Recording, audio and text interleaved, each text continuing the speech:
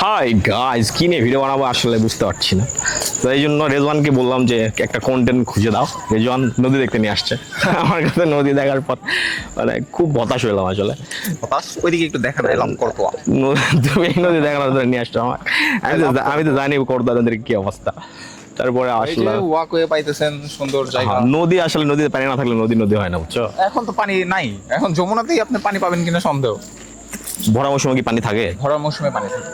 কেমন পানি থাকে বলো তো? এই যে আপনার ওই পর্যন্ত পানি থাকে। গত 2 দিন ধরে খুব গরম পড়ছে আসলে। আমি এমন কোনো জায়গায় খুঁজছিলাম যেখানে গরম নাই, বাতাস উঠবে, বাট পুরো শহরে কোনো জায়গায় বাতাসের অস্তিত্ব নাই, সব জায়গায় গরম। 2019 সাল থেকে দেখছি যে করদোয়ার পাড়ে মডিফাই করতেছে। তো এই জায়গা নিয়ে অনেক হাইপ উঠছিল যে জায়গাটা ঘোরার মতো একটা ভালো জায়গা হবে, তবে অল্প একটু জায়গা দেখার মতো, এত বড় জায়গা না। সো আমার পিছনে লেখা আছে আই লাভ করদোয়া।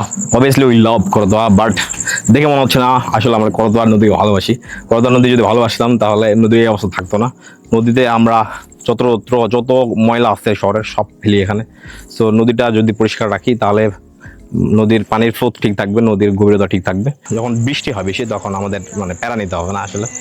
তো আমরা চাই যে নদীটা পরিষ্কার পরিচ্ছন্ন থাকুক সবসময়, আর পুরো শহর এরকম নদীর পাশ দিয়ে রাস্তা হোক, সুন্দর সুন্দর রাস্তা হোক, এটাই চাই। নদীকেন্দ্রিক শহরগুলো অনেক সুন্দর লাগে আসলে দেখতে। তো আমরা চাই বগুড়া একটা এরকম শহর হোক। যখন আশেপাশে আরও মডিফাই করা হবে তাহলে আশেপাশে নদীকেন্দ্রিক আরও দোকানপাট বসবে আশেপাশে, তখন শহরটা আরও বেশি সুন্দর হবে।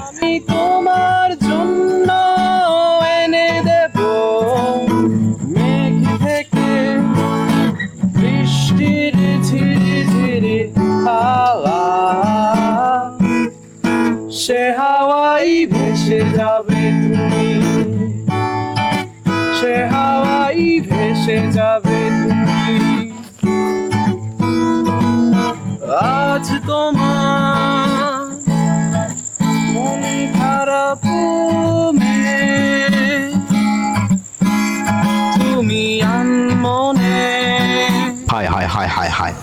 তো ভিডিও তো আজকে এই পর্যন্ত। আজকে ঘোরাঘুরির জায়গা তারপরেও খুঁজে এলাম না। বগুড়া শহরকে ছাপতে হবে ভিডিওর জন্য। ছাড়া যায়। শহরের মধ্যে তো দাও ঘোরাঘুরি তেমন কোনো জিনিস নাই, জায়গা নাই, দেখার মতো কিছু নাই। সো শহরে বাইরে যাব। আমরা ডিসাইড করছি 64টা জেলা ঘুরবো। কবে থেকে? আপনি যেই দিন বলবেন। কেমন তো শুরু হয়ে গেছে। আমি শুরু হয়ে গেছে। নওগাঁ ফওগা সব দেখান শেষ, এখন এলাকার বাইরে যাওয়া লাগবে। তো আমরা আসছিলাম করতোয়া নদী দেখতে। এইসব নদী ফদী আমার ভালো লাগে না, বুঝছো? কি ভালো লাগে দেখি? সমুদ্র। ইন্টারনেট ফ্ল্যাট পাগলা। তারপর ভিডিও শেষ করছি। করতোয়া নদী যে এক্সাইটমেন্টে দেখতে আসছিলাম সেই এক্সাইটমেন্ট মানে পাইনি, মনের মধ্যে শান্তি পাইনি, কারণ নদীতে পানি নাই। রেজওয়ান খালি এগুলা জায়গা মানে সিলেক্ট করতেছে যে কোথায় ঘুরতে যাওয়া যায়। রেজওয়ান বলছে যে আপনি ডিসি ক্লাবের এখানে আসতে পারবেন। ডিসি ক্লাব না, ডিসি বাংলো। আচ্ছা, ডিসি বাংলোর পাশে নদীর পাশে টাইলস করছে। তবে এইরকম পুরা শহর যদি এরকম টাইলস করা হইতো, পুরা শহরে যতখানি পর্যন্ত নদী আছে এরকম সুন্দর করে টাইলস করা হইতো, তাহলে বগুড়া শহর বদলে যাইতো। নদীর আশেপাশে দেখা যাইতো যে নতুন নতুন রেস্টুরেন্ট করে উঠতেছে। সো নদীকেন্দ্রিক যে শহরগুলো হয় সেটা আমি অনেকবার বললাম ভিডিওতে, সেই শহরগুলো অনেক সুন্দর হয়। তো আজকে ভিডিও এখানে শেষ করছি। দেখা হচ্ছে নেক্সট কোনো ইন্টারেস্টিং জায়গা থেকে। ইন্টারেস্টিং জায়গায় যাইতে হবে। কোথায় যাবো নেক্সট? কাল কি কোথায় যাবো বলো দেখি? আজ মাই উইশ। তুমি দেখছো, আমি দেখি না। এরকম কোনো জায়গা আছে? এই যে দেখালাম, ভালো না, লাগে। এটা তো আমি দেখছি, অনেকবার দেখছি, তারপরে আসলাম। ভিডিওতে একটু মিশামিশি ফেক সাজছি, আমি আগেও দেখছি, তবে কন্টেন্টের থ্রুতে আসতে হলো এখানে। রাতের বেলা কেমন লাগে দেখতে। তো ফেসবুকে যত হাইপ উঠছিল এই জায়গা নিয়ে যে অনেক সুন্দর লাগবে, ওই তুলনায় ভালো লাগেনি। তো দেখা হচ্ছে নেক্সট কোনো ইন্টারেস্টিং জায়গা থেকে। টিল দেন ভালো থাকেন, সুস্থ থাকেন, আল্লাহ হাফেজ। অঝোর শ্রাবণ আকাশে ছোঁয়া জল যোছনা, পরি তুমি ভাসবে মেঘের মাঝে, পরি তুমি ভাসবে